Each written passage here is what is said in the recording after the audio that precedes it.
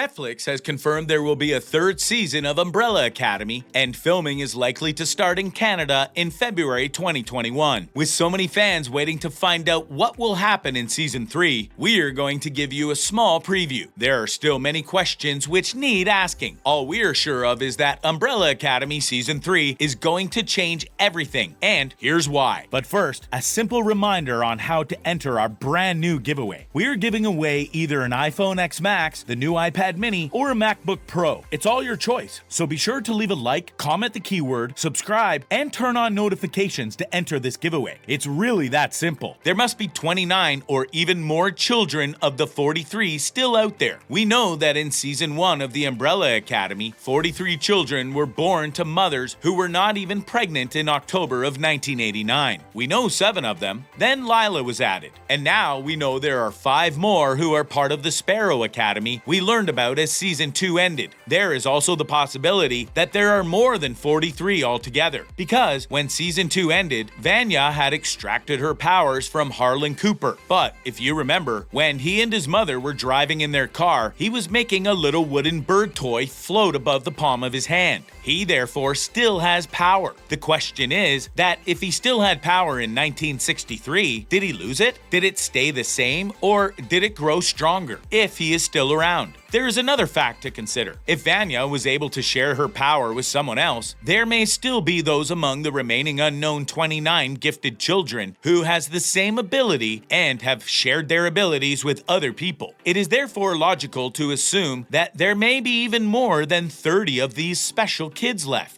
That may enter a whole new dimension into the show. Maybe to stop this power from spreading or creating some kind of army? Who knows? For sure, apart from the writers. Lila has been revealed as a strong new character. In the final episode and penultimate scene of Season 2, we saw Vanya wipe out all of the Handler's agents. But Lila and the Handler were protected by a force field, which Lila cast. Lila then used the powers of each character against them. It is also possible that Lila simply absorbs powers and then casts them out again. She cast a force blast against Vanya that completely knocked her back. Then, against 5, Lila teleported to constantly evade him. Against Allison, she used Allison's power of reality manipulation to stop Allison from breathing. She was even better than Allison in that she could use the power without saying anything, where Allison always says, "I heard a rumor," to activate her power. Against Luther, she displayed superhuman strength and out-brawled him. Lila is probably some kind of mimic and can copy the power of others. The only power that is her own is probably the force field. It will be exciting to see how powerful she really is in Season 3, and we would like to know if maybe she has another power we do not yet know about. Another important question is, what is her kryptonite? If she can mimic powers or absorb and then recast them, can she fight more than one superpower at once, or only one at a time? The Sparrow Academy. The Sparrow Academy has taken the place of the Umbrella Academy as we remember from the final scene in Season 2. Same building, different academy.